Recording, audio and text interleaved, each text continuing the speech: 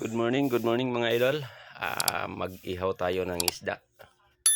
Di ko alam kung anong pangalan ng isda na to. Basta ang alam ko, masarap to ihawin. Shout out pala sa mga lahat ng followers ko, sa mga viewers, friend. Magandang umaga sa inyo. At maraming salamat sa pag-support. Ito, ano lang natin to, sugatan o hiwaan para lagyan natin ng asin. Para malasa na kahit walang sausawan. Ayan. So, sa mga kapatid ko pala, shout out po. Nasa Litis, Surigao, Del Norte, Cabadbaran, Bangunay. Ayan.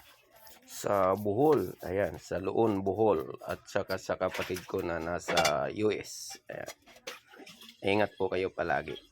Ito na yung ihawin natin. Okay na. So, padingas muna tayo mga lods. Ano daw kailangan daw sa umaga kumain.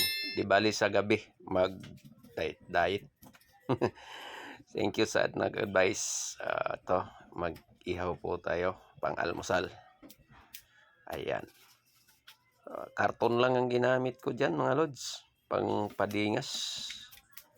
Kasi may amoy pagka plastic. Ayun. So ito pwede na to. Lalapag na natin. Ayan. Sa tingin nyo, ano kayang isda yan? Basta alam ko masarap sabawin yan. Masarap din ihaw. Ayan. Ayan na. Wow. So ano pa hinihintay na rin? Kain na po tayo.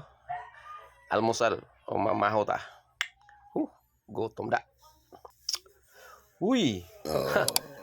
Napansin nyo, ubos ang ulo at yan, busog match.